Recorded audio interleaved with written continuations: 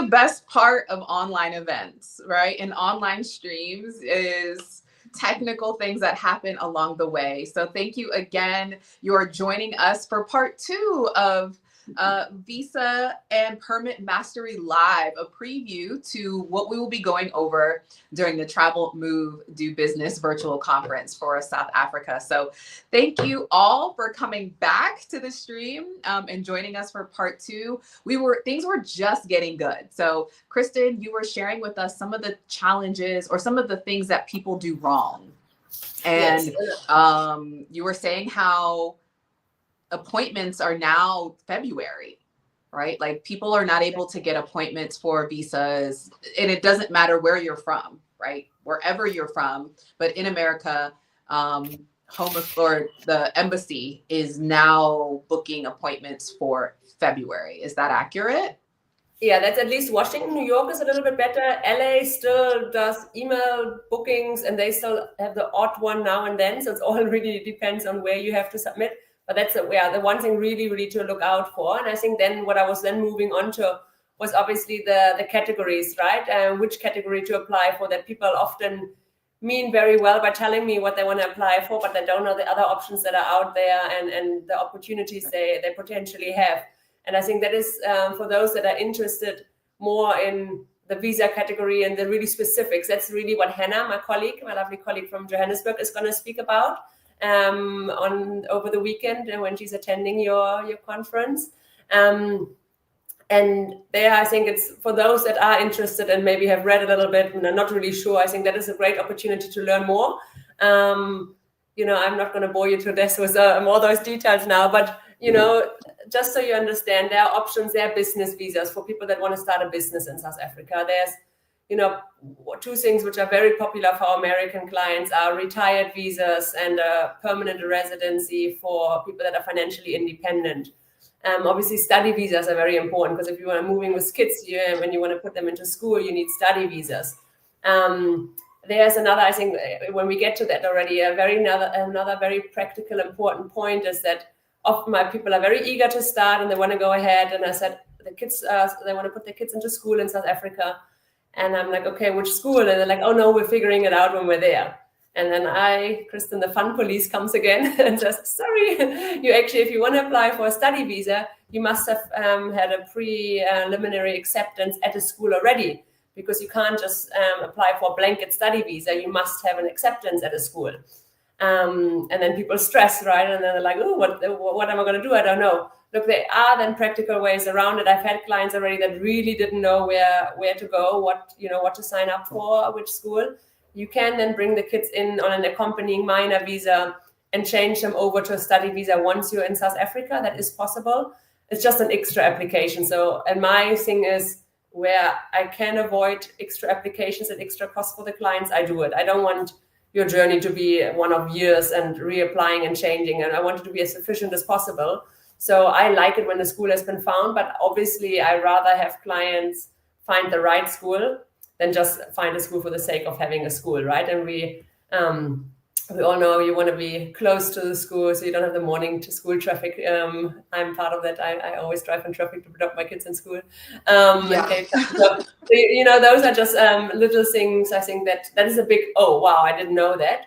I think another thing that I always wish, that sometimes can hold up things a little bit is the validity of the passport. So our visas have different validity periods that ranges from to a year to 5 years. And if you want to apply for a 5-year visa, but your passport is only valid for another 2 or 3 years, you will only get a visa issued for 2 or 3 years, depending in line with the validity of your passport.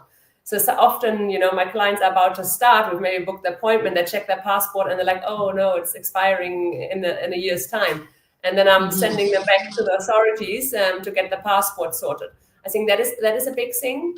When it comes to work visas, and like I said, Hannah is going to speak more about it in detail, but there's often document preparation that could have been done in advance. So there's certain things, for example, there's a process called SAQA, it's SAQA, SAQA, where you need to have your foreign degree assessed by the local authorities to see what level it is in the South African system.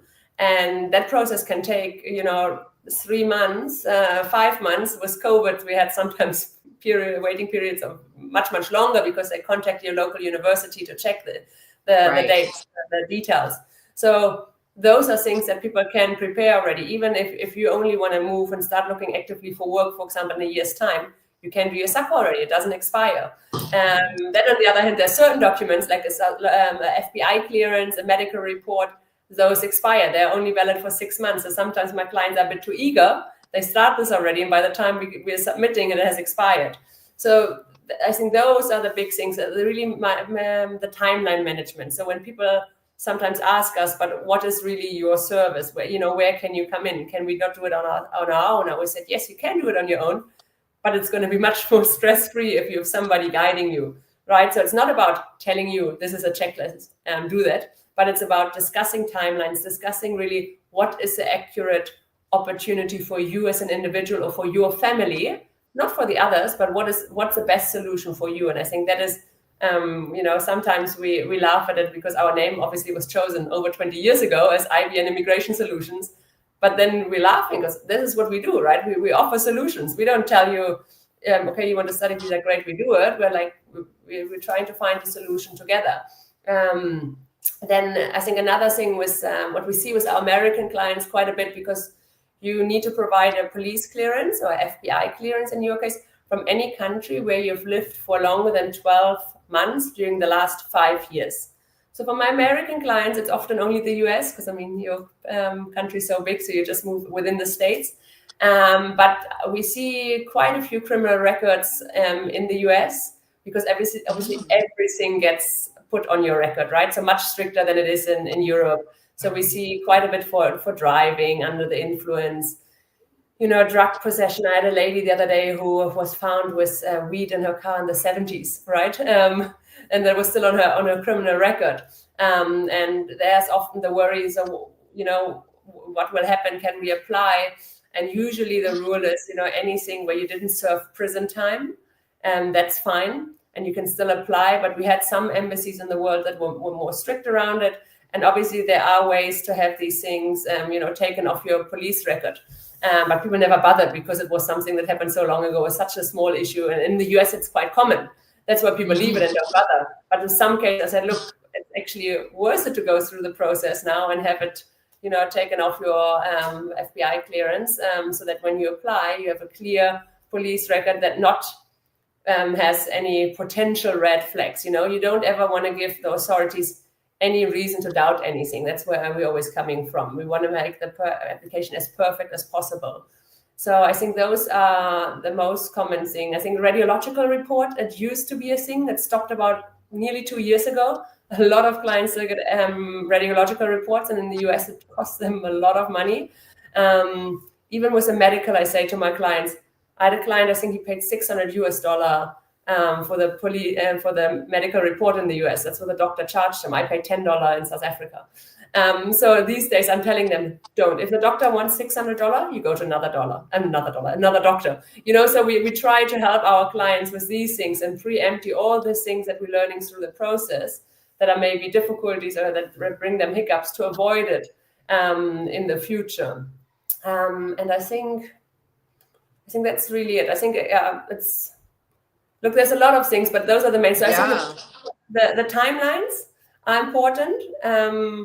The preparation, the knowledge. I think knowledge is key. Knowledge when it comes to timelines, knowledge what is the right visa for me, and knowledge just in also what can happen in South Africa.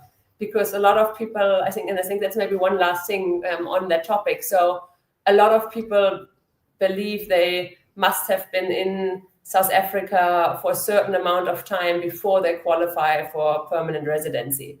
And it actually depends on the category. There's no, so my retired clients, they enter South Africa on a temporary residence of 4 years, but they can immediately apply for permanent residency. They don't have to wait 5 years, and a lot of them didn't know that.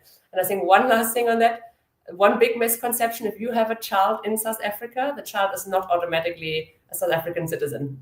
It's basically nothing.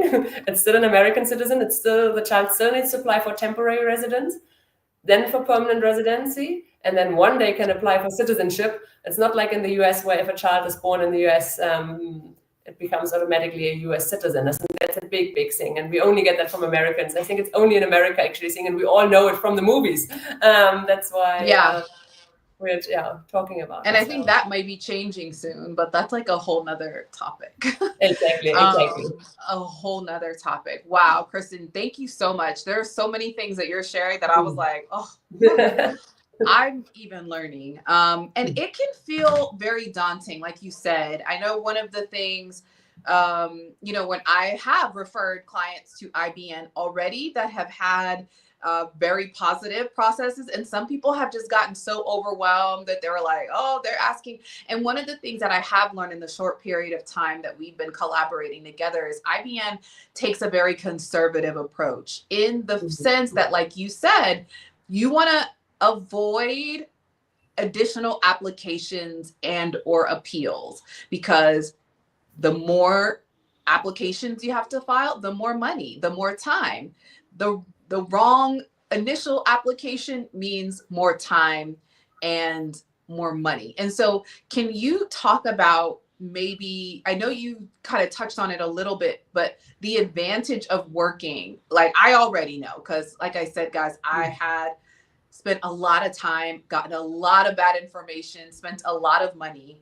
But can you talk about the advantages of working, with a solution-driven firm like IBN over, one, trying to do it yourself, or two, working with a friend of a friend of a friend of an auntie that used to work at Home Affairs that has an inside person on the back that can make things happen, right? Can you talk a little bit about that? Yeah, perfect. So the one thing I always say, if anybody promises you to be able to expedite things, you run.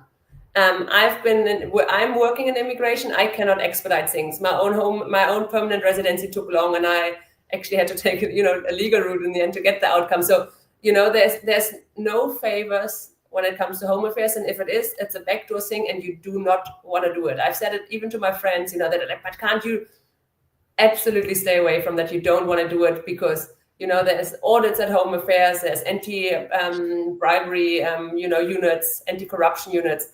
And we've now, in all the time that I'm here, I've seen too much go wrong. So that's the one thing I always say to everybody. Please, stay away from any promises, because at the end of the day, we can't promise the outcome. We're just helping getting the best possible application in. And then it's still down to Home Affairs to, assess the application.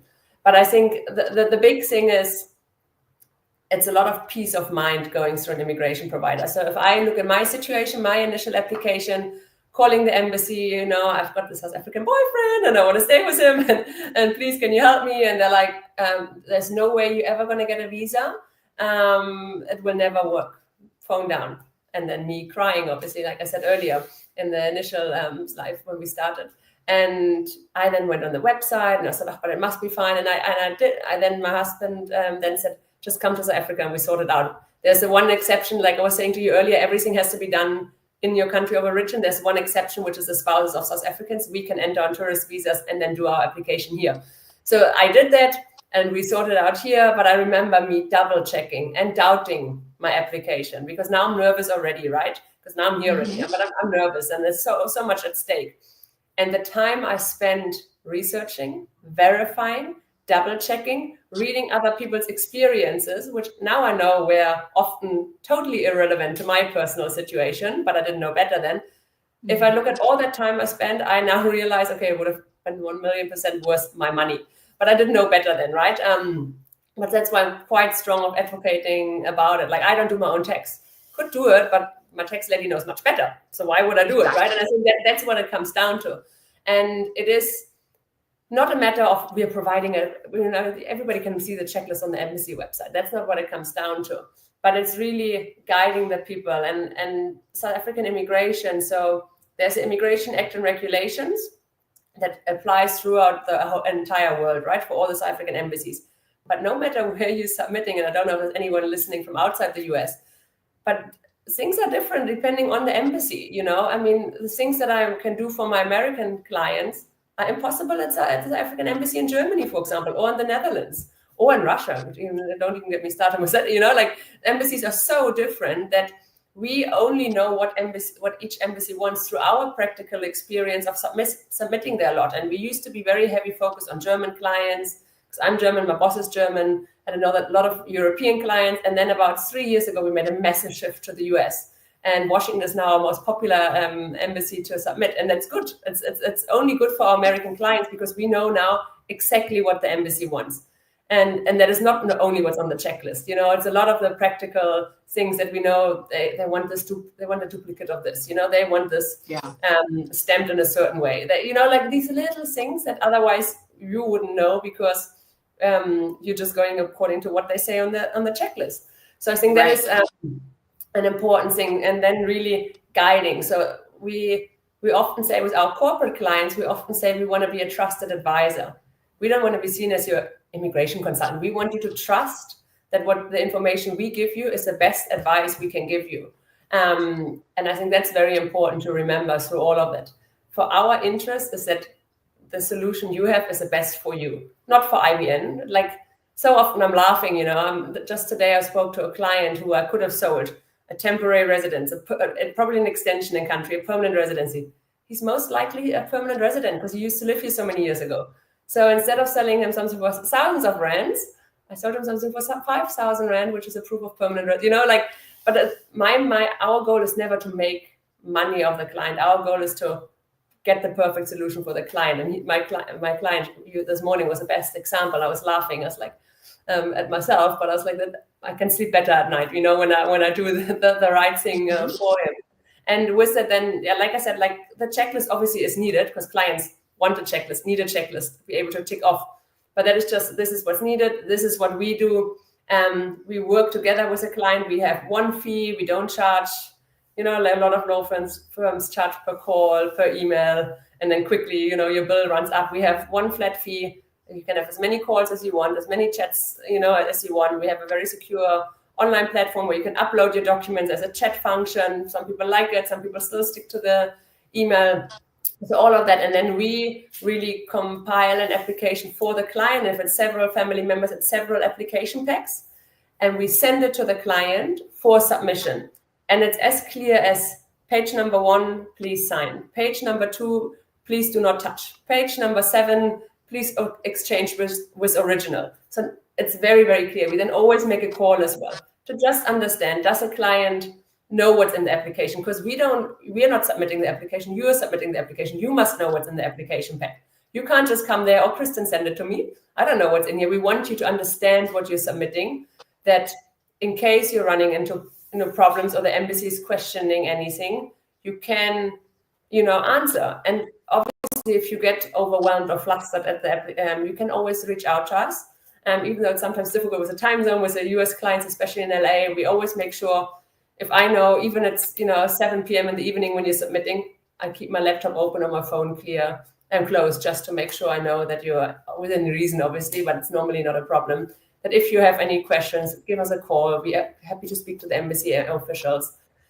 Then obviously also when you get the the visa, double check if everything is issued correctly. One of the big things I always stress my clients is that when you enter South Africa for the first time on your visa, it's a one-page sticker that goes into your passport.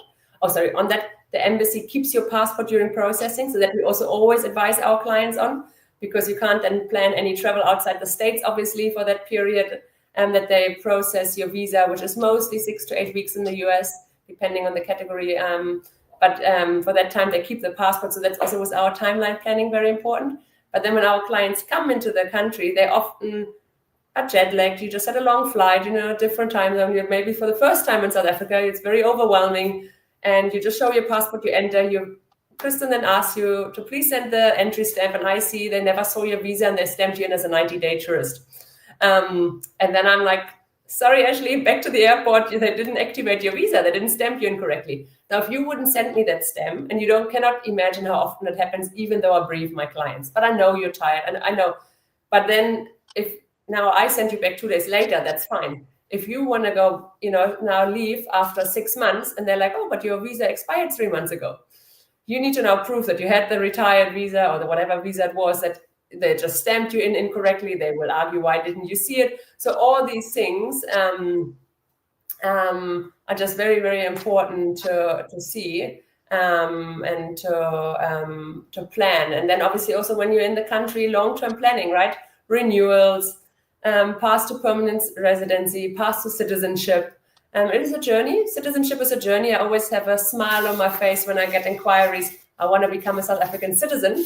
I always feel like writing back, me too, but it is a journey because basically you can only apply for citizenship once you have been a permanent resident for 5 years. And even permanent residencies in some cases takes, quite some time to get it. So, citizenship, we're happy to advise on, but in our initial consultations, I don't even entertain citizenship. It's in the very, very far future still.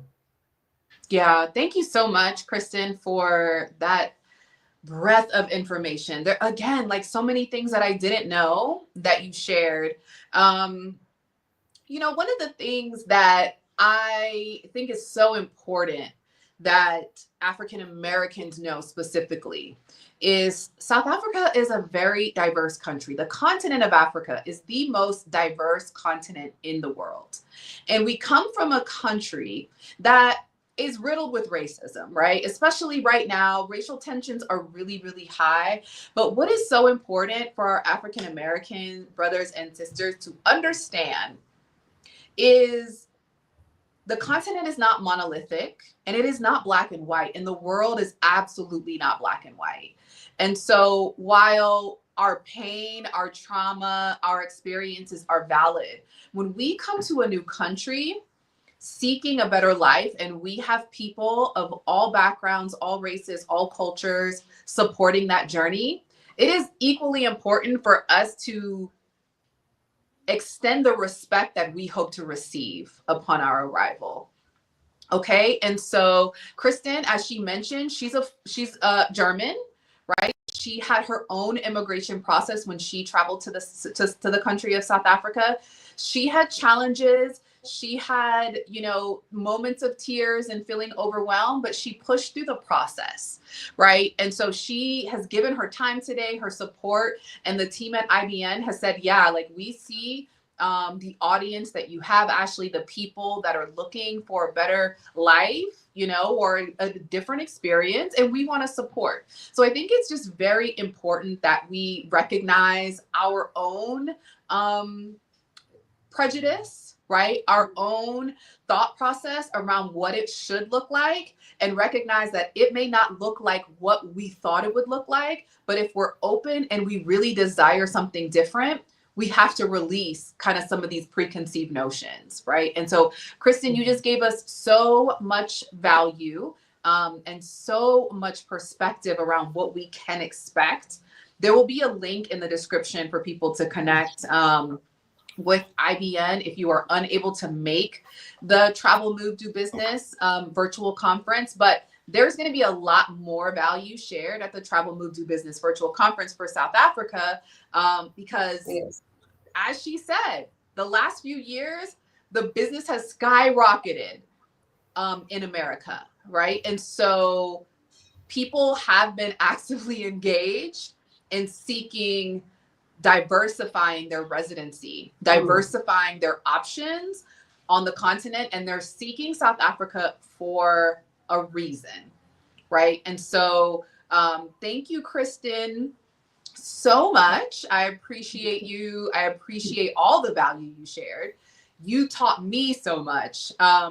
Is there anything that you want to say, like as we close out, anything top of mind that I didn't address? Because I know we have time limits and we had some technical difficulties, but are there anything top of mind that you want to share that we didn't discuss?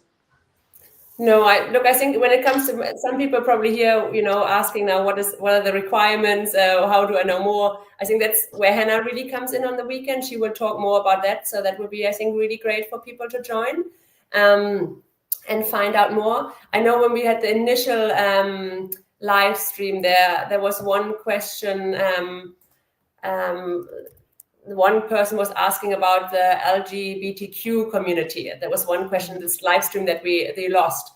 And in South Africa, they were just quickly wanted to jump on. So South Africa is one of the few African countries that allows for homosexual couples to apply for visas, which I think is, I know in the US it's a big topic at the moment, especially with the re-election, so I don't even want to get into that. But South Africa was for a very long time very open about this. And same-sex couples are allowed. You don't even have to be married. That is also, I think, a big thing. But there's a lot of openness around that topic. So I don't know if that person is still following us now on this second one, but I just didn't want to get that to be missing, because I don't think Hannah has time to jump on that in her talk.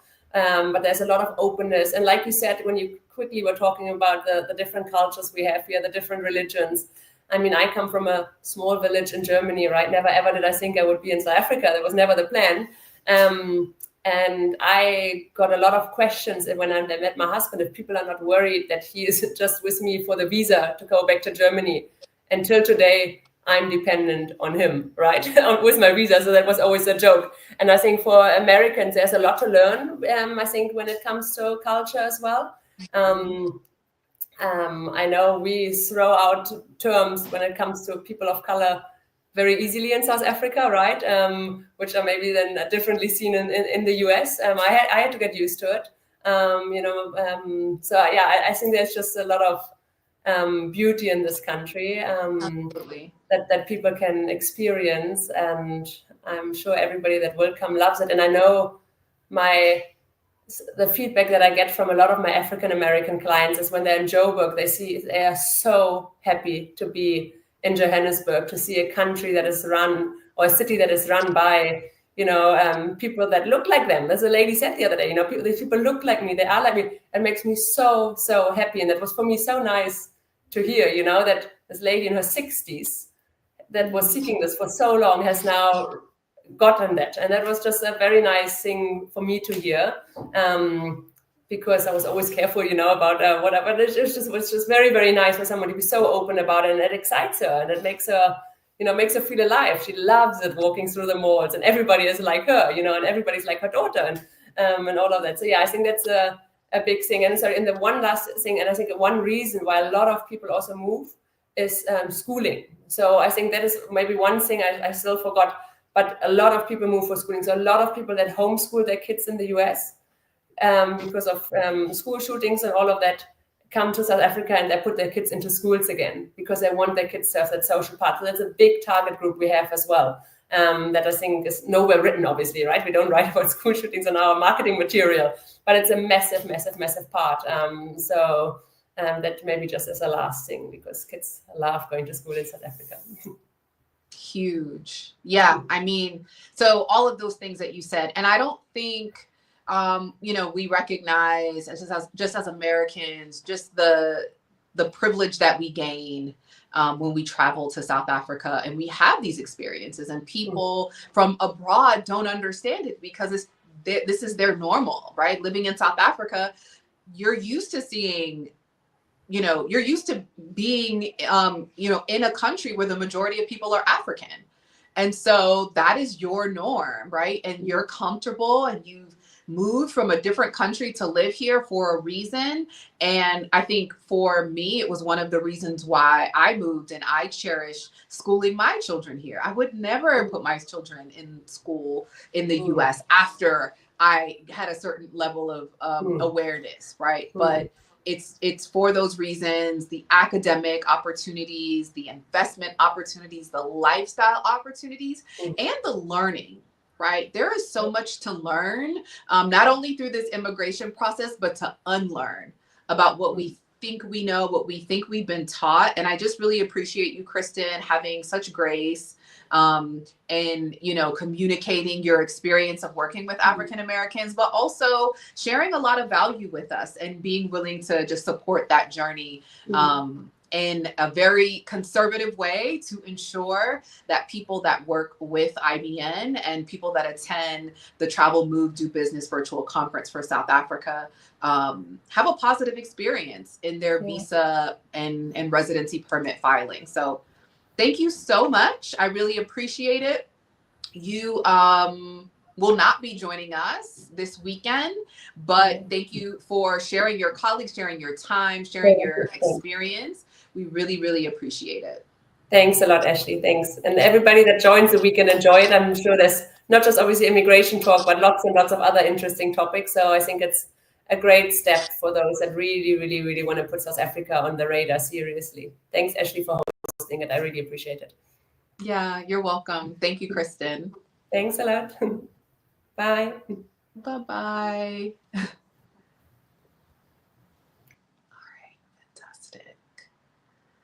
Yes, good vibrations. Thank you so much for saying this. So when I say conservative, I want to also, as we wrap up this live, right, guys, it's really important that I, recognize certain words that we're used to and certain statements that we're used to as Americans don't translate over globally, right? It does not translate globally. So when I say conservative, I mean, they're not willing to cut corners, right? They are going to be very rigorous.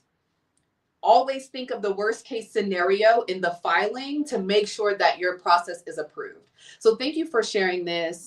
Good vibrations. IBN has been a lifesaver when it comes to the process in which I'm filing visas. Like I said, I had all types of people offer to support, spent a lot of money and a lot of time, and it went nowhere for me. And I did not follow the process right. And it was working with an agency that has the experience, right? That was what was most important for me. And that's how things look when you remove yourself from an environment that is run through the lens of keeping us focused on the worst case experience, the worst case scenario. And I know it's not easy. I'm not saying it's easy, right? I mistakenly shared Patricia's message, right? I mistakenly shared your message in an attempt to almost delete it, right? But because I did that, I had to address the challenges that we experience as African Americans. Africa is a continent, the most diverse continent in the world, and people from all over the world have been living here for decades, centuries even. Okay, and that's our reality, and we have to release these things that we have gained. We are carrying weight that is not ours. We are carrying beliefs that are not true. They're just beliefs, things that we've continued to tell ourselves over and over and over because it felt good, because it justified our experience, because it justified our trauma. And while I am not saying that everybody is in this to help, I am saying that when people do come to help, we should accept their help. And that is a part of the process, right? When people come with joy and love, we must accept that. Because what we also know is that everybody that looks like us is not for us. And this is true, right? And so I just want to extend that because South Africa is a beautiful country and it is diverse and it is rich in culture. And I have learned so much. I have healed so much. I have unlearned even more. And I'm continuing along in that process. Okay. And so, the bottom line is if you're looking for a plan B and you want to make it as seamless as possible, I have literally taken out so much of the guessing work, taking out so much amount of time and money that you could spend making mistakes. And Patricia, I also appreciate you being here, right? And listening, right? And being willing to hear that feedback and being willing to share your experience and your feelings. And they are valid, right? They are valid. Nobody is discounting. I have had some experiences, child. Okay. I will just tell you, but I have befriended some amazing people that are from all over the world since living in South Africa. And I can tell you, it's been a beautifully healing experience that has reconnected me with Source in so many ways. All right. And I equally want that for you. So please come join us at the Travel, Move, Do Business virtual conference. You'll be hearing from Hannah, who is based here in Johannesburg. She also leads client acquisition and sales and, helps. And then we're even going to be hearing from the CEO, right? So the CEO of IBN Immigration has offered his time for people that are wanting the ultimate experience in the premium access pass, right? They will be able to talk directly with the CEO of IBN Immigration Solutions, who has been doing this work for 24 years, right? So for 24 years, thousands of 5-star reviews. The majority of their business over the last 10 years or 5 years has been in the US. They know their stuff. And they've come to the table to support the audience of Ashley in Africa and Africa Investors Academy to get them what they want, which is a better lifestyle in the country of South Africa. All right. And so thank you for joining the live stream. If you've caught us on the replays, you can go ahead, click the link in the description if you want to work directly with IBN Solutions, or if you have additional work and questions. Premium access holders will get contact information to work directly with IBN Immigration. But if you're catching this later on and you missed the virtual conference, you can connect with IBN Immigration by clicking the link in the description below. All right. So I want to see you win. I hope you found value in this conversation. I hope you found value in this video. And if you did, be sure to like it and share it with someone else who would find value as well. Okay? So until the next video, I will see you soon.